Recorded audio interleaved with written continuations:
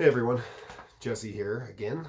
Just wanted to let you guys know after I had been diagnosed with cancer, just what my journey has been kind of so far along this crazy road. So got diagnosed back on, well, not formally diagnosed, but they gave me a type of diagnosis on October 7th, 2019. That was a scary day. Um, Definitely had to call my family and everybody. It was important to let them know what was going on. Once I did that and let it sink in, which was hard to accept that, of course, wanted to get in immediately to get scans done and find out exactly what we were talking about. So, met with my oncologist, who's been great. He immediately wanted to get those scans going, so we did a PET scan first. Then I had that followed up with two more MRIs, so they could get a full look at everything and see if it had spread anywhere. Unfortunately, they did find a spot on my liver, which meant it was stage 4 because it had metastasized, meaning it had moved. And scary to find out that it's stage 4 when you're obviously hoping for stage 1 or something along those lines.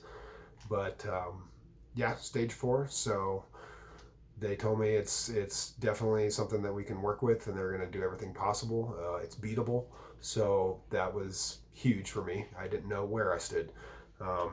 Once we got all the MRIs back and everything, we started to get a plan of attack. So they wanted to do chemo, which first meant they needed to put a port in surgically.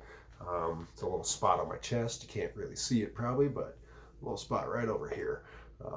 That's where they will do all of my blood draws.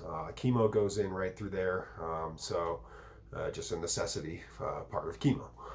So started the chemo, had to do 6 rounds of that. I've done 5 so far. I've got 1 more coming up for hopefully my last round of chemo. After that is done, we're going to do another MRI just to see where we're at and see if everything is shrunk up like they had hoped it had. The main problem for me was that I've got a tumor. It's a rectal tumor, so they wanted to shrink that down as far as they could before doing any type of surgery. But we're getting close to the surgery stage, so I'll be updating you more on that as we get there.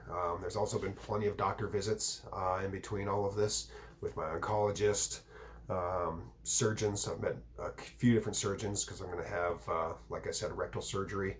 That'll be one surgeon. A liver surgery. That'll be another surgeon where they're going to remove about half of my liver. Also met with a naturopathic doctor. Just trying to think outside the box on what can work, what possible means we can kick cancer's butt with. So met with this gentleman. He was great. Mainly it was focusing on diet, what dietary things that you can do to help control your body, your gut, your destiny without worrying about modern medicine as well. So why not check it out, very knowledgeable, learned a lot of things. It was very eye-opening, something I'd never done before. So I encourage you to do that. If anybody's going down this path, check it out. It's worth looking at everything. It's your life on the line.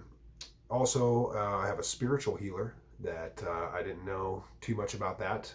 My wife has helped me out immensely with getting all these things lined up. The spiritual healer has been great. I don't really fully understand everything, how it works, but I've done some phone calls. I've done a text session with them, and they work on your life force. They work on kind of your chi, your energy. And all I know is that I was surprised. It made me feel a lot better. I felt like I was breathing better. I felt more alive. I felt just more vibrant.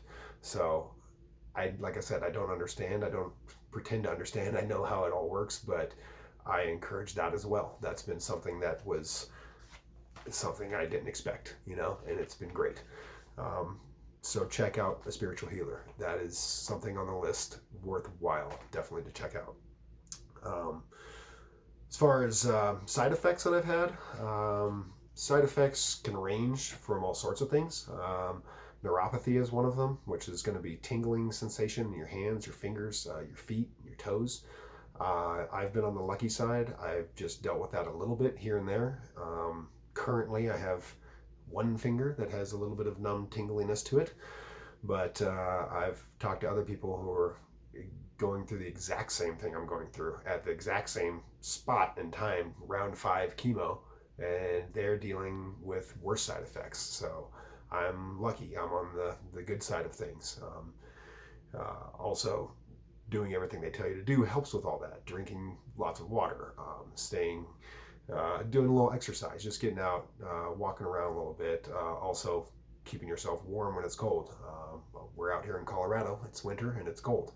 So I wear lots of gloves and jackets and vests and the whole nine. It helps because the other side effects are cold sensations that you can get that are even drinking cold water can feel like just pins and needles down your throat. Touching cold objects, even a cold steering wheel can feel like it's knives on your hands. So I've definitely felt the effects of that, and you just roll with the punches and do what you're supposed to do, you know. Going forward, like I said, gonna get another scan done here, an MRI coming up real soon after my 6th round of chemo. And then once we get the MRI results back, hopefully everything is shrunk down, is looking good. We're going to be moving on to the surgeries, rectal and liver, with recovery time and all that good stuff in between. Then there can possibly be some radiation, they were saying. We'll know more once we get past the surgery, if we're going to do radiation and or more chemo. Hopefully not. Hopefully this 6th round is my last round. But like we said, one step at a time, small goals. That's the general consensus. There's a lot on the plate. There's a lot to think about. You can get stressed out real easy. Like I said, I luckily have a great team of doctors, family, friends, everybody. I'm on the lucky side. I have got great support. So focus on those little goals. One little goal at a time. You get to the end goal eventually. Get back to being yourself. So anyways, I just wanted to update everybody as to kind of the process for me from start to where I'm at currently. I'll update you with more videos as time goes on here and we get better news. I'm confident I'm going to kick cancer's butt. It's just a matter of time of getting it handled. So stay tuned. I'll give you more updates. I'll let you know how things are going. They'll be going good. All right. Thanks. Bye.